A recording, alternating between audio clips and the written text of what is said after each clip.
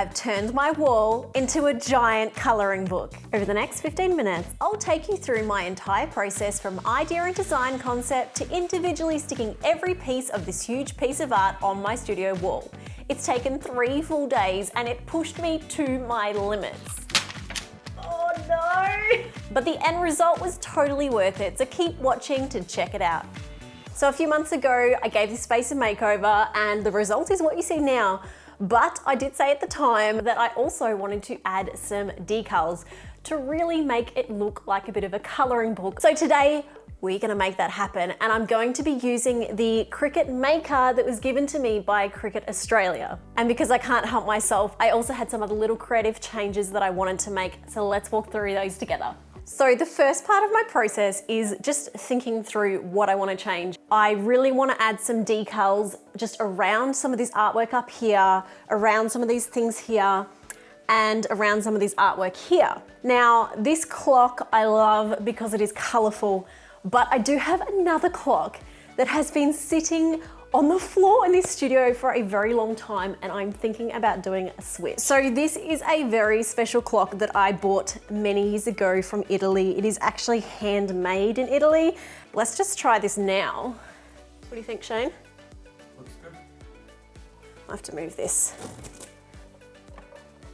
I'll probably add some little decals around our little camera here. I also feel like we need to do something creative coming off the ukulele. And as much as Shane, I know you don't like things on angles, I think we need to just, I think we're going with the angle, and then we can have something kind of come off here. And I don't know. Ready? It's gonna really annoy some people. So since we're now embracing angles, let's just adjust this one too. This way? We're gonna need more people to subscribe because I think I might have some unsubscribes from all my unstraight pictures now. Well, that changes things. Now that I've made some changes to my layout, I've taken a quick photo of my new wall and brought it on my computer. With some quick Photoshop tricks, I can see what any design will look like in front or behind the items on my wall, and I can start drawing some new ideas. I'm using Adobe Illustrator for my drawing today, doing some on the computer version using the designs I already use on this channel, and I'm using Illustrator on the iPad to draw some new elements that work around the items on my wall. Because I'm such a visual person, I really like this approach to designing something like this. It allows me to see exactly how it is going to look and plan out every small thing. The one thing I need to keep in mind here is that whatever I draw, I have to be able to recreate with vinyl. So I think I went a little bit overboard, but I'm kind of liking it. So this is going to be incredibly ambitious because I actually have no idea how we're going to figure this out from here. But I've never been one to back down from a challenge. So first I measured a few frames and used them to work out the scale of the artwork in Illustrator and made it to the size that I'd want it to print in real life. Then I wanted to do a test print run of a few elements to see if they printed the size that I expected. Since my scale is correct, the next job is to prepare my designs for cutting the vinyl. Because I really want to get the most out of every piece of vinyl and waste as little as possible, I am turning my artwork into a bit of a puzzle. I'm rearranging the elements onto a series of squares that are the size of my Cricut mats, so I use as little vinyl as I need. I like puzzles, so I'm not too worried about putting this back together later. Some of my lines and areas are so big that they don't fit on a single cutting mat, so I've broken them up into sections and will piece them back together later. My biggest concern at this point is that Cricut Australia have only given me one roll of the black removable matte vinyl that I'm hoping to use here, so I'm not sure how much I'm going to get out of that roll. So my Cricut mat is basically 30 centimeters by 30 centimeters or 12 inches by 12 inches, and I've got my 12 designs. So this roll of vinyl is 12 inches by 48 inches. So it will do 4. Yep, need more vinyl. Shane very generously offered to make the 40-minute drive to our closest craft store, so while he does that, I've printed up a full-scale paper mock-up of our wall design. If I'm going to be doing a giant vinyl puzzle, I want to be sure of where everything is going.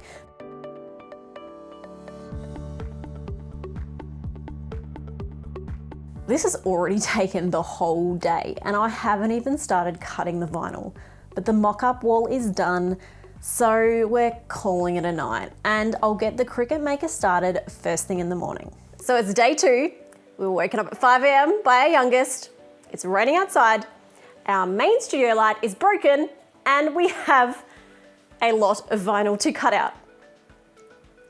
I think I need a coffee. Shane was able to find just 2 more rolls of vinyl at the craft shop yesterday, giving us no spare vinyl or backup plan if something goes wrong. The next closest craft shop is an hour in the opposite direction, so we really don't have room for any mistakes today. Oh no! So to bring this into the Cricut design space, I've started a new empty canvas and I am going to upload. I've already exported all of my mixed up puzzle designs as PNG files, so I can easily import these into the Cricut design space. Because it's just black and white, I'm selecting simple, and then I'm just going to use the little magic eraser to get rid of any extra white sections. You'll notice on my screen, I've also added some very tiny little black boxes in the corners. It's to make sure that it recognizes the edges of my canvas. So I've created my own little markers on the edge of every canvas so they're all exactly the same size. I probably could have just made these transparent in Illustrator, but that's all right. It's fairly easy to do it straight in Cricut as well. Now that I've selected everything, I'm pressing continue and we're going to select cut image because we don't want to print anything, we're just cutting. Now, when you insert your image, you'll notice it comes in huge, so we do need to resize it. I designed my artwork as 30 centimeters, but I didn't account for the margin that Cricut Design Space adds, so the cutting area is actually only 29.21 centimeters. So instead of redesigning everything, I'm just going to downsize it slightly because those few millimeters shouldn't make a noticeable difference on such a big wall. I've also just moved it to the very top left edge because I really want to make use of every corner of this vinyl, and then we're going to click Make It.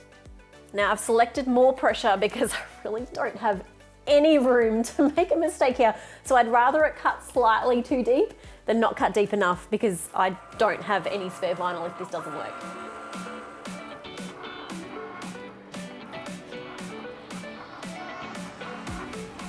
Since the first sheet of vinyl seems to have cut well, I'm going to go ahead with weeding out all the little pieces while I set up my Cricut Maker to start on the next piece of vinyl.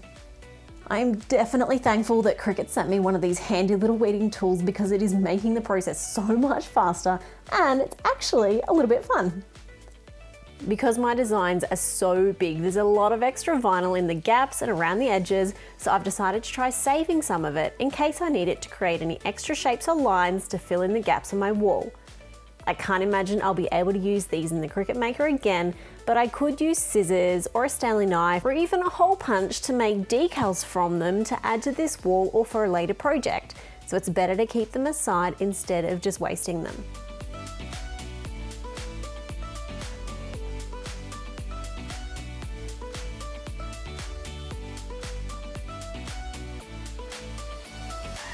So that was actually quicker than I expected it to be, which is really good because I thought I was going to be weeding all day.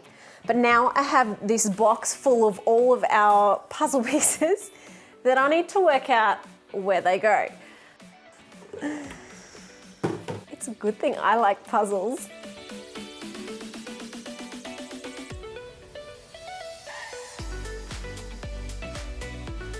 So I've got my pieces, I've got my transfer tape, and we're gonna put it all together and we're just gonna see how we go piece by piece getting this onto the wall.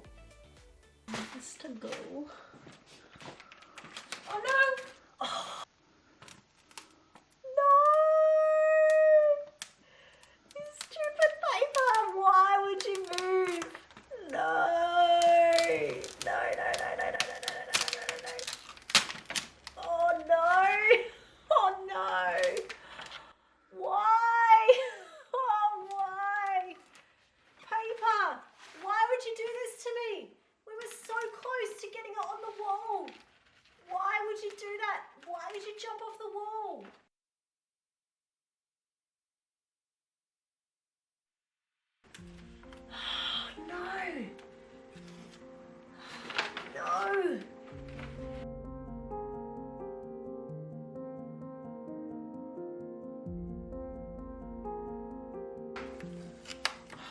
barely touched it and it like stuck really well. I would not be panicking so much if we had like just one extra sheet of vinyl. But if we have to reprint this, it's like an hour drive. Not really sure about this.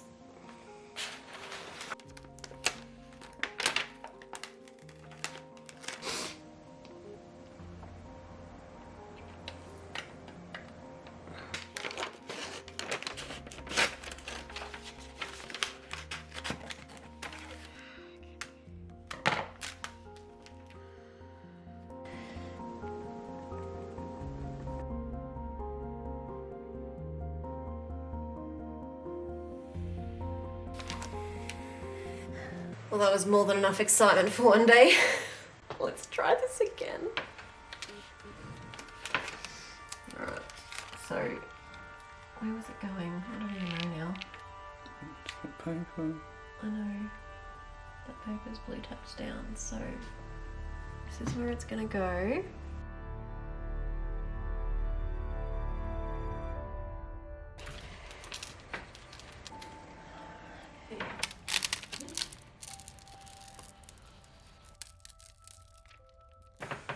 Oh, that was way too high pressure. Oh no, how many more have we got to do?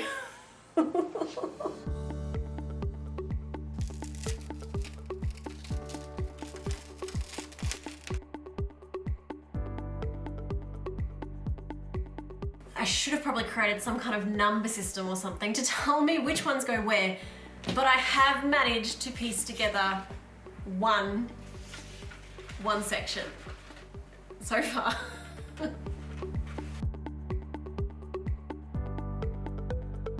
So this took a little longer than planned and day 2 became day 3.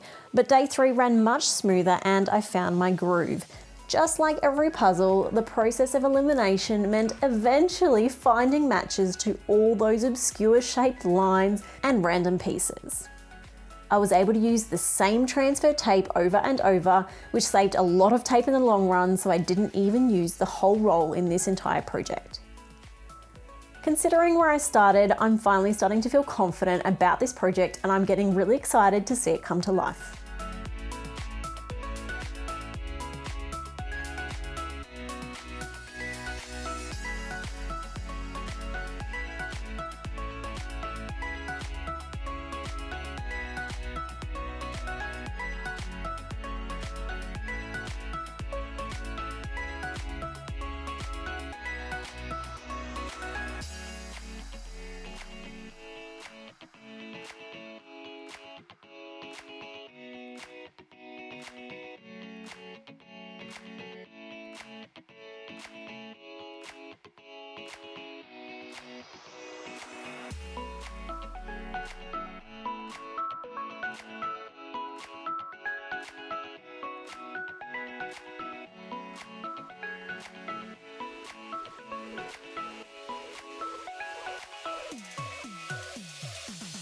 After 3 long days, the wall is finally done.